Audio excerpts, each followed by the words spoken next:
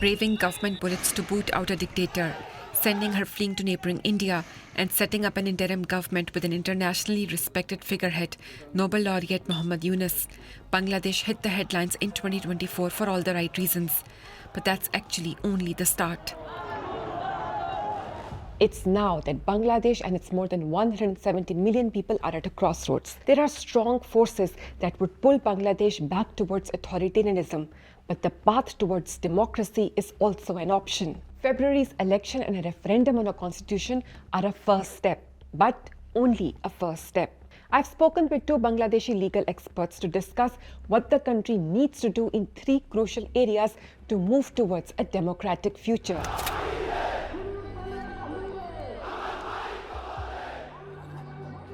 These people are mourning Usman Hadi, a key figure of the anti-Hasina uprising. He wasn't killed during the uprising in 2024. He was shot dead in December 2025. He had been campaigning as an independent candidate to be part of the new post-Hasina parliament. Protests erupted over his killing and the failure of authorities to arrest suspects. Post-uprising criminals and mobs have attacked alleged blasphemers and political targets. ASK, a Bangladeshi legal aid and human rights organization, says mobs killed around 200 people in 2025 and nearly 100 people were killed in political violence, this seemingly without fear of the police. Sara Hussain is a human rights lawyer and a senior advocate at the Supreme Court of Bangladesh. She says the police have lost credibility because they were so heavily involved in the violence against the 2024 uprising. So in the absence of having the kind of authority that was necessary to enforce law and order, and with different groups kind of taking the law into their own hands, there has been a real crisis in terms of law and order and public safety. Bangladesh's police, paramilitary forces and other security forces have long faced allegations of extrajudicial killings, disappearances and torture. And the situation has not improved much there since Hasina's ouster. Another rights group, Adhikar, says such forces carried out at least 40 extrajudicial killings between August 2024 and September 2025. That's under Yunus-led interim government. Adhikar suggests the latest killings were not centrally ordered, but says the numbers show the security forces carry the legacy of the old system. Takbir Khuda is a human rights lawyer and Oxford University's Clarendon scholar. He says such violence is almost to be expected. Authoritarianism didn't start with Sheikh Hasina, and it didn't end with Sheikh Hasina either.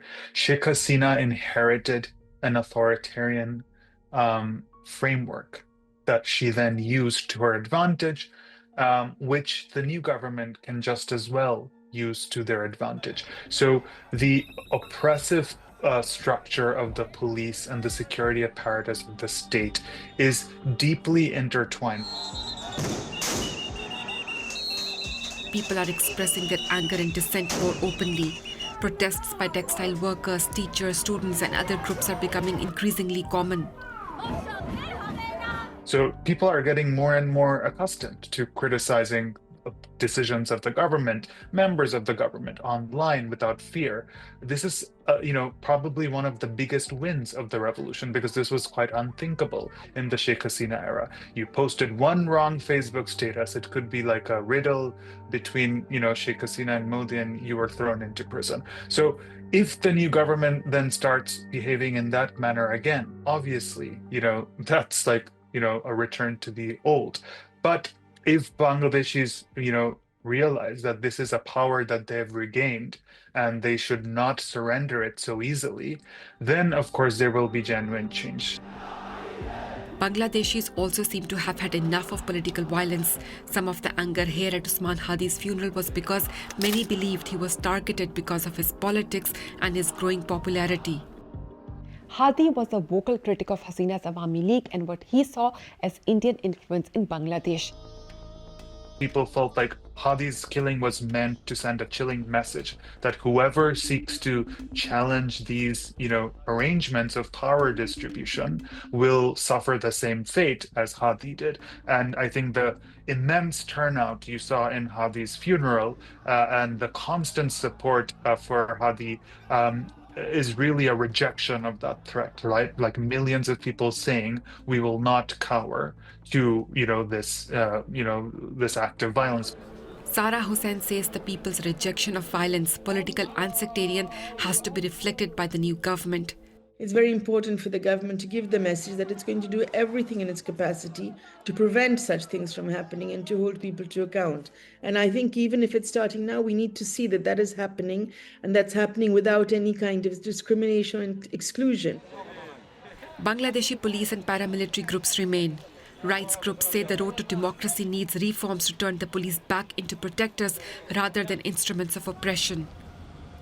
There has to be a real appetite for change. Like the government has to really understand that the police, needs to be demilitarized. The police needs to be made more civilian friendly. This, idea that police are there to discipline anyone who is an impediment to governance or like whims of the ruling party. That overarching sentiment needs to change, and no law alone can change that.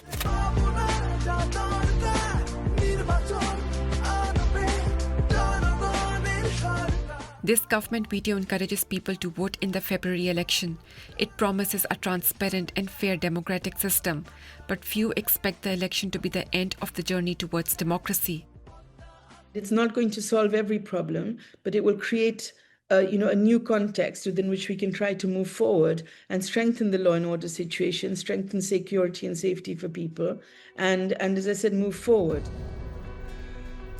Only a handful of Bangladesh's 12 elections since its founding have been considered to be free and fair.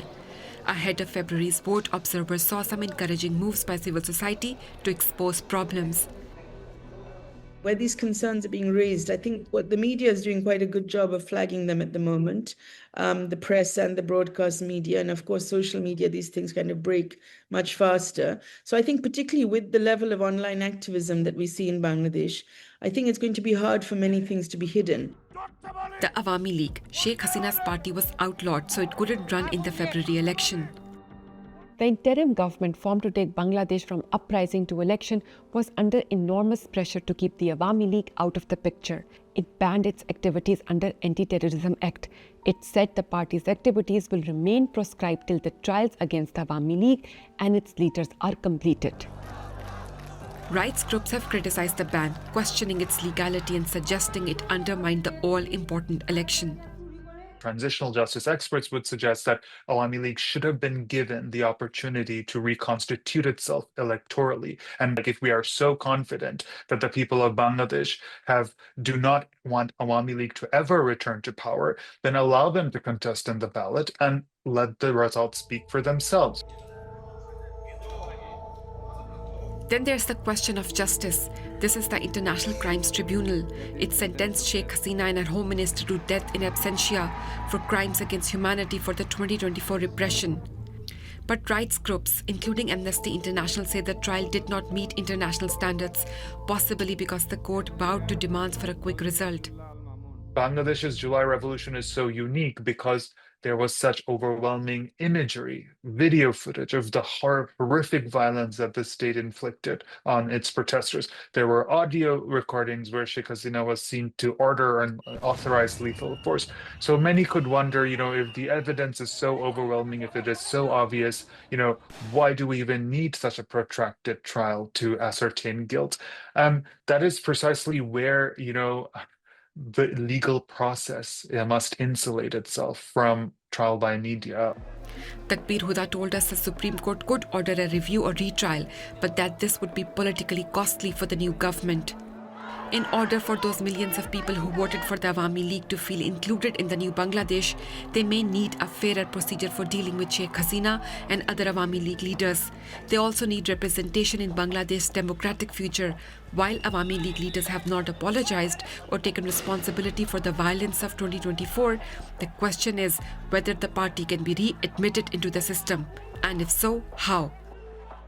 In that situation, it's very hard to see how and what is the path for Awami League to return to everyday politics. While the repression against Awami League members is wrong, while the banning of their activities under the Anti-Terrorism Act is wrong, For Awami League to come back and to be a political force, they need to reckon with what they have been involved in. This is one vision for the future of Bangladesh.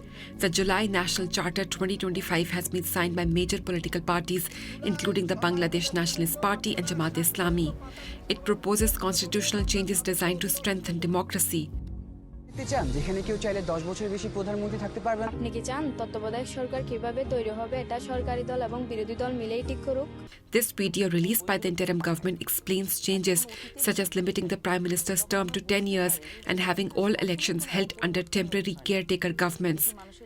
And this video, sung in different ethnic languages, promises that the charter will give official recognition to several ethnic minority languages.